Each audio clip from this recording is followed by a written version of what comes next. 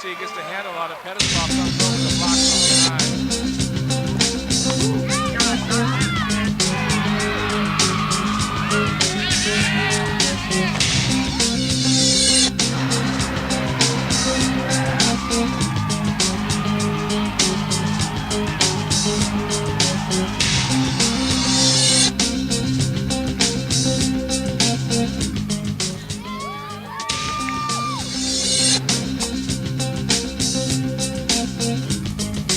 Welcome to Sports Jam. I'm Jay Wilcox. And I'm John Jacobson. Today on the show, the basketball playoffs heat up. We'll meet a Hopkins star who's wrapping up a long and storied prep girls career, and we'll hear from two members of Osceola's state-bound girls basketball team. First up, though, state hockey. It's big enough to make this coming week's edition of Sports Illustrated. It's a unique Minnesota event. In Class A, Breck was looking to cap off an outstanding season with a state title and add to the football championship won this fall. Breck facing off with big underdog Albert Lee in the quarterfinals. The game is surprisingly even until Breck erupts. Blake Wheeler to Dustin Fulton to Robbie D for the goal. That breaks a 1-1 tie in the second. Then the floodgates open. Andrew Burkholz leaves it for Jordan Fulton, and he tucks it away for a 3-1 lead. Later, Jordan Fulton sets up Alex Simcox for an easy goal. Breck takes a 6-1 lead and rolls to a dominant 10-1 victory. Then the Mustangs switching to their navy blue jerseys to face South St. Paul in the semifinals. Breck quickly learns that beating Packers goalie Alex Stalock won't be easy. He turns away Wheeler, D, and then Brent Kettlecamp. Part of a spectacular day for Stalock in net to keep the game at 0-0. Jump ahead to the third. Wheeler to the net, and Stalock pokes it away, but Jordan Fulton slams the rebound into the empty cage. That finally breaks the deadlock, and Breck's up 1-0. Tied at 2 late, D attempts to pass to Wheeler, but the defenseman's stick deflects it past Stalock and in. A wild finish, and Breck pulls out a 3-2 win to advance to the title game. So it's Breck meeting Orono for the championship, and the Spartans strike first. The first shot is stopped, but Tripp Standa puts the rebound away. Orono comes out flying, and they lead 1-0. Breck responds. Marcus Bellows to Alex Simcox to Jordan Fulton for the power play marker. It's a 1-1 tie after a period. Breck rips it open from there. Kettlecamp to Robbie D on the rush, who spins and sets up Wheeler, who turns the defenseman inside out and scores. Breck leads for good at 2-1, and they're just getting started in the final. D down the left side, snaps a shot up high for a goal, and that one makes it 3-1. After an Orono goal, Dustin Fulton flips the long breakout pass to Wheeler, who takes off on a breakaway and scores another highlight goal, restoring a 2-goal margin at 4-2. Then Dustin Fulton brings it out front, and Wheeler fires a quick shot in. It's a hat trick for Big Blake, all in the second period. Breck scores 5 goals in the period. They coast home to the school's second hockey title, ripping Orono 7-2. This is the biggest game I've ever been a part of. It's for all the marbles, and it doesn't get any better than the state high school hockey tournament. We just came out, and that was our goal, to come out and win this game, and lucky enough we were able to do it. Wayzata's Trojans steamed into state for the school's second ever trip. The first was 50 years ago. Wayzata fans ready for the quarterfinal game against Tartan. Kevin Weir zips it to Justin Swerk for the tip-in alongside the net. Wayzata grabs a 1-0 lead on first-time tournament entrant Tartan. A 2-on-1, and Jason Menken slides it to Kevin Colkine for the goal. The Trojans quickly turning this one into a rout. Joey Miller caps a stunning first period with a shorthanded breakaway goal, his second of the game, as Wayzata scores 5 in the first on the way to an easy 6-0 win. That puts them up against top-rated Centennial in the semis. Jason Krieger gets tested early and often by the Cougars. He kicks out 2 shots here to keep the game scoreless. Then R.J. Anderson feeds Tim Ornell, and he snaps a quick shot past Krieger from the slot. Centennial controls the first period to lead 1-0, and unfortunately it's a sign of things to come. In the second, Anderson fires a point shot on net. Krieger stops it, but Ornell puts the rebound away for a 2-0 lead. Centennial adds another, and they blank the Trojans 3-0. And that puts Wayzata into the third place game against Duluth East. Trailing by a goal, Jason Menken gets it to Kevin Colkine to Kurt Davis for the power play goal, and it's 1-1 early in the second. Then Duluth gets 2 in a row. Blaine Gamps to Rob Johnson, and he takes his time to beat Krieger. Another Greyhounds goal makes it 3-1. But then Wayzata rattles off 3 straight. Justin Swerk knocks home the rebound of Joey Miller's shot on the power play to pull the Trojans within 3-2. And then it'll be Miller stealing the puck, and he walks out front for a better angle to score. It's 3-3 after 2 periods. Miller then adds another goal to put Wayzata up 4-3 early in the third. But Duluth East nets the last 4 goals of the game. Rob Johnson scores 3 as Duluth East wins it 7-4, and Wayzata places 4. Yeah, we accomplished so much this year, most wins in a season, and just getting to the state tournament, there's so much to be proud of, and these guys have such great memories, hopefully, of the tournament and just being here, and even though we lost tonight, they have nothing to be ashamed about. Well, it's become an annual ritual. Wayzata and Hopkins played for a section girls basketball championship for the 3rd consecutive season. Wayzata looking for its first trip to state. And off a scramble, Wayzata's Marty Klinsing passes to Danielle Stormer, to Allie Rivard, to Amy Poe. Wayzata playing well in the first quarter. Rivard nails a jumper, but she's plagued by foul trouble and scores just 6 points on the afternoon. Klinsing, though, beats the buzzer to end the first quarter, and it gives Wayzata a 10-7 lead and some momentum. But the second quarter is all Hopkins. Leslie Knight to Caitlin Lillimo, who drives and gives it back to Knight for 2 inside. Abby Green then sinks a 3 for the Royals as they outscore Wayzata 14-3 in the second quarter to lead at 21-13 at halftime. Second half, Knight steps between a double team to score. She leads all scorers with 18 points in the game. Lillimo hits a 3 to end the third quarter. Hopkins pulls away to a 48-32 win in their 3rd straight section title. Playing such a familiar opponent is no problem. I think it's fun because you know their strengths and you know their weaknesses, so you have to go out and try and compete against those and know what you have to beat. So I think it's a lot of fun. The Royals play Centennial in a rematch of last year's state quarterfinals at 10 a.m. Wednesday. That's the first game of a day full of basketball at the Target Center. Osceola's girls basketball team lost in the Section 7 championship game last season as Maple Grove went to state. With basically the same group of players, the Orioles were again in a section final this year, meeting Armstrong for the 5-4A championship. And they worked the ball into Krista Vandeventer early. The senior post chips in with 8 first quarter points. A nice spin move by Jackie Swenson of Armstrong in the lane for 2. Armstrong within 3 points of Osseo at the end of a quarter. But the second quarter was a killer for the Falcons. Melissa Sexton drains a 3 as the Orioles' outside game opens up. Sexton with 17 points on the night. Vandeventer with a nice low post move to score 2 more. She scored 27 in the game to lead all scorers. Susie Haywood hits a jumper late in the first half. The Haywood twin sisters combined for 20 points. Osseo beats Armstrong 72-55 to win their first section title in 4 years. So it's really fun for me, and I just ride in the coattails of some really good kids and some coaches like Dave Thorpe who have laid the groundwork. So I kind of jumped in here in midstream, but I've had some wonderful kids to work with. It's Osseo meeting White Bear Lake in the state quarterfinals. That game is at noon Wednesday at the Target Center, and we'll talk with Osceo's Krista Vandeventer and Holly Price later in the program. The Rec Mustangs placed 2nd in the state in Class 2A a season ago. They look to play their way back into the state tournament as they take on Lake City for the 4AA title. Kara Steinbauer, just a freshman for Breck, ties the game early with that hoop. Then it's Emily Neal waiting a moment here before firing and then hitting a 3-pointer. 10 points in the game for Neal as the Mustangs go ahead by 7 late in the first quarter.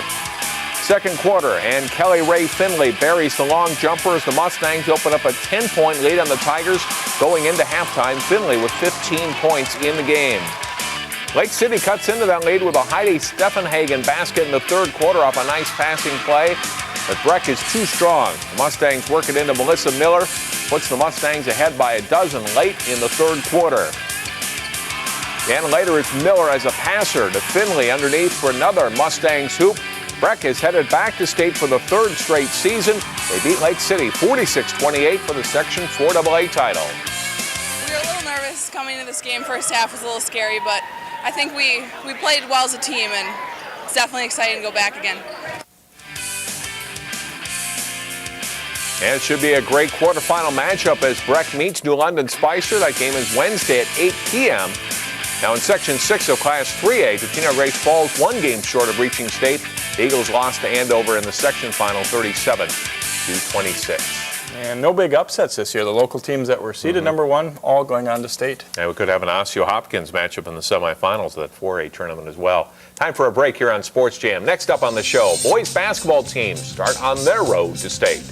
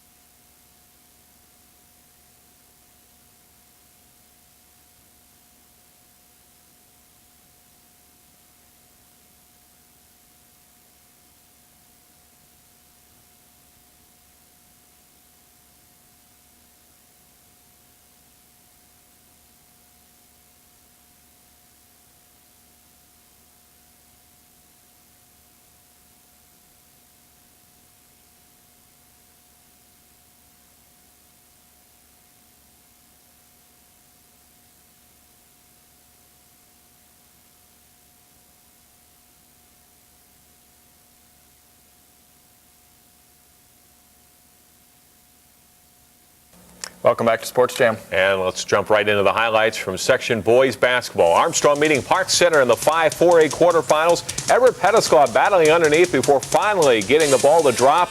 Everett leads Armstrong with 22 points against Park Center. Then EP draws the double team and kicks the pass out to Grant Hargett, who buries the three as the Falcons lead by 22 on Willie Jett and the Pirates in the second half.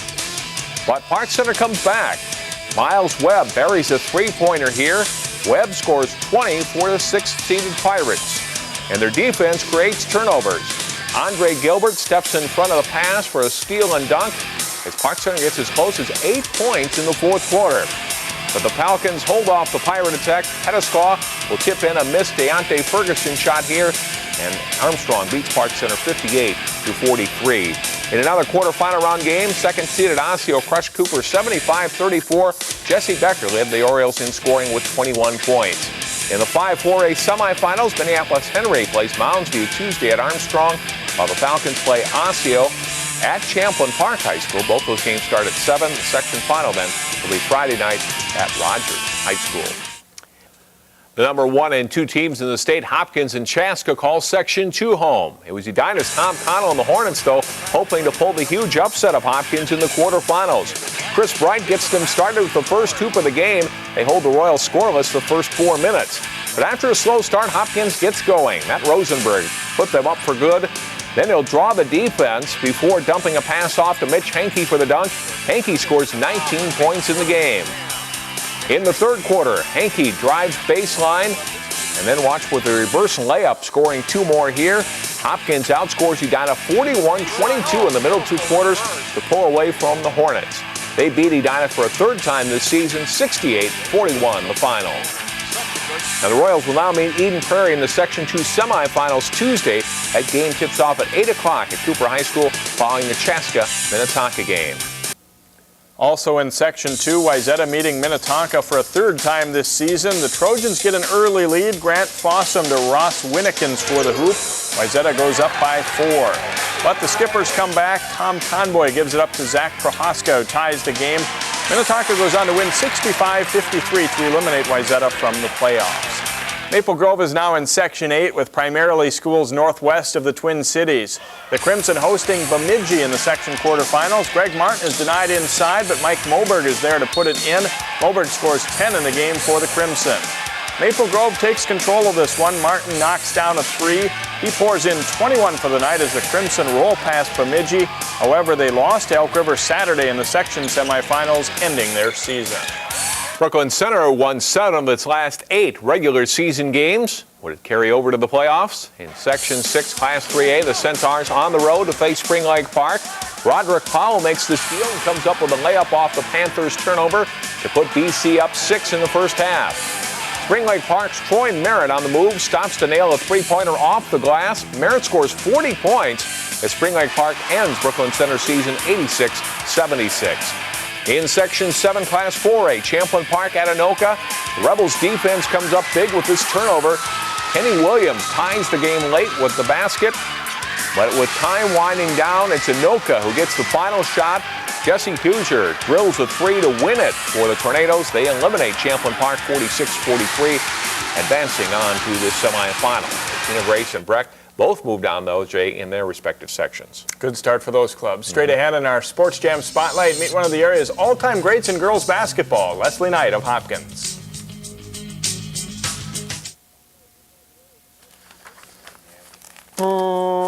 T-Job.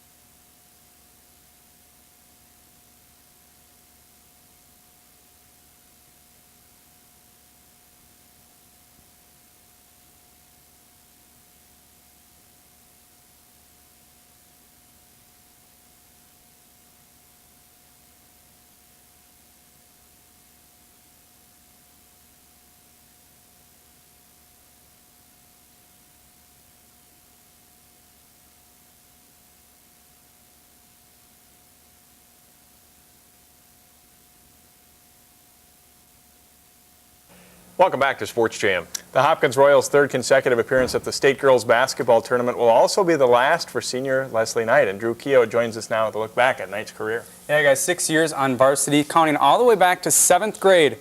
It's been a legendary run for Leslie Knight in a Hopkins Royals jersey. Is wide open from 16. That is good. Boy, is she going to be a player. She's just an 8th grader. Leslie Knight, 6-foot 8th grader. She is a star in the making. A star in the making was right. It may have been an understatement. Good rebound, though, by Knight, and she scores. After stealing the spotlight by scoring a team-high 17 points as just an 8th grader on senior night, Leslie Knight was on her way to becoming one of the best players in the state.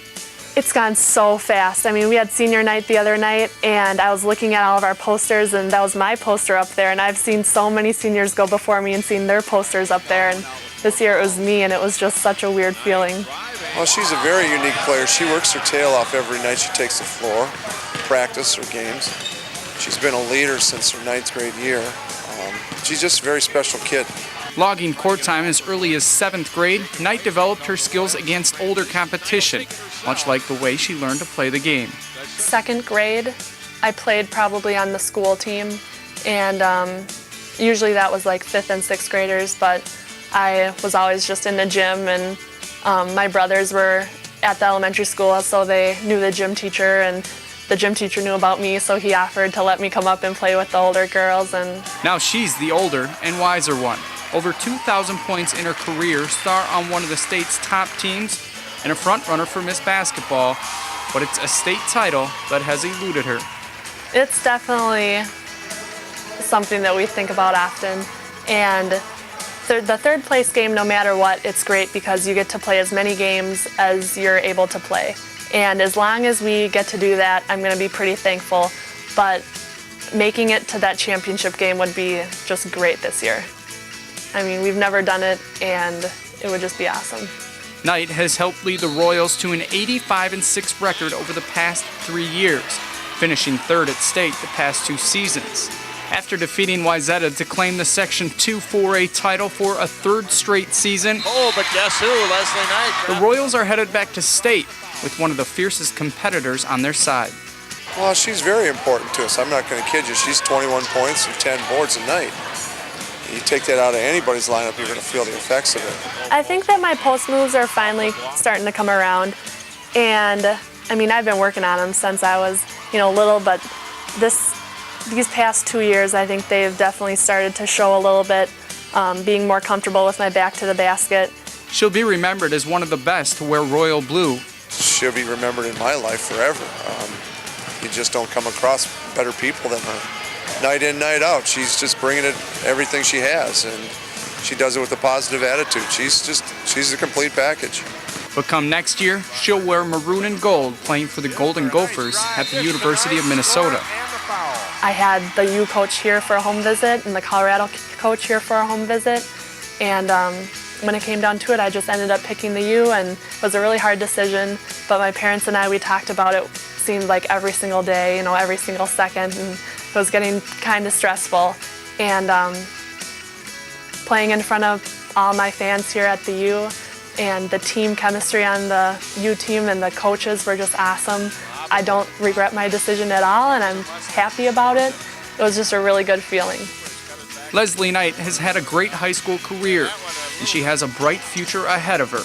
But winning her final 3 games at state is what matters most. The Royals open up this year's state tournament Wednesday morning as they take on Centennial, a rematch of last year's first-round game. All right, thanks very much, Drew. Nice story. And we'll be right back at Sports Jam. Stay with us.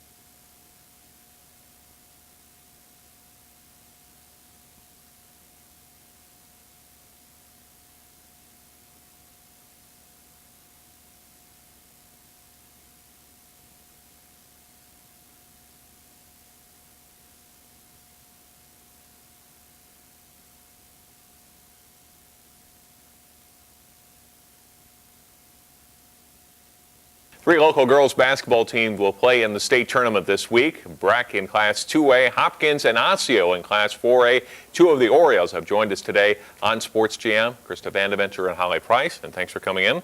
Congratulations on the section title. Talk about the win, Krista, against Armstrong Friday night.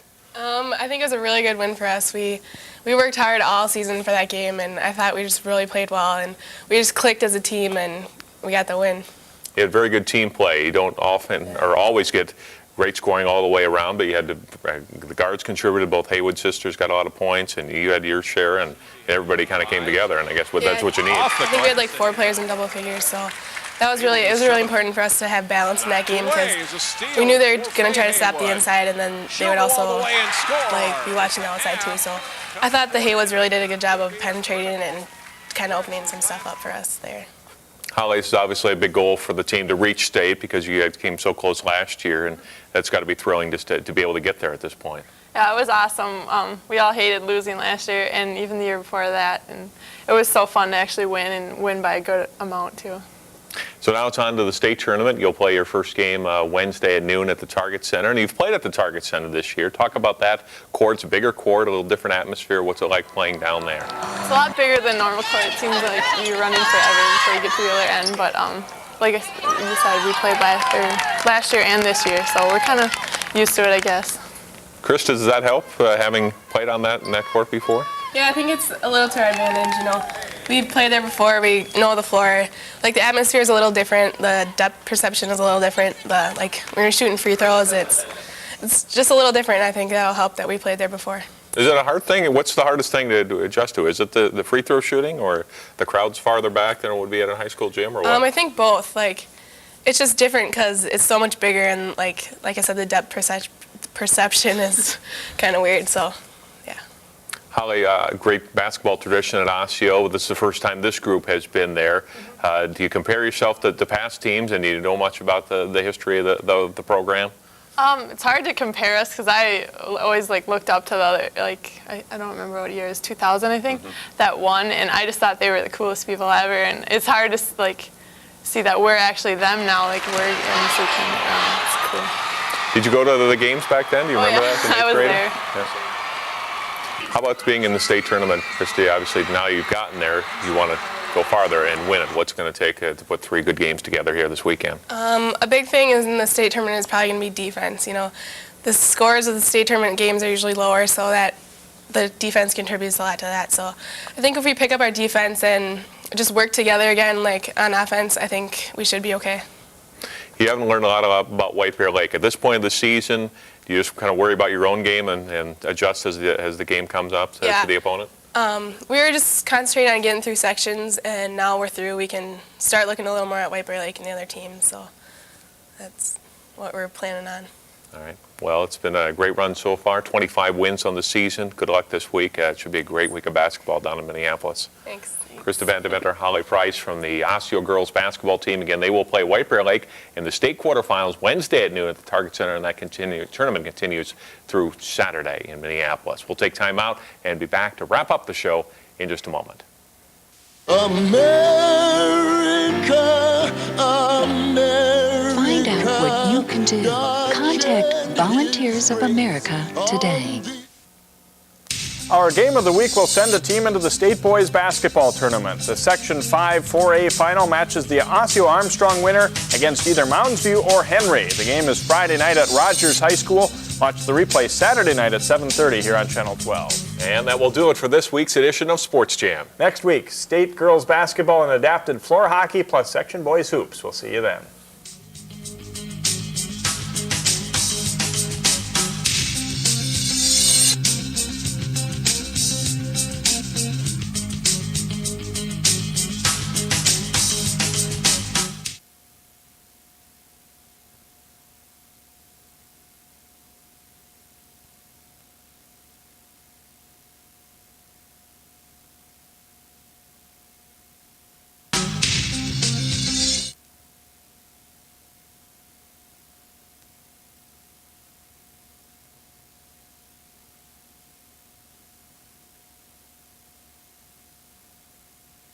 All for this week's show, I'm John Jacobson. And I'm Jay Wilcox. See you next time on Sports Jam.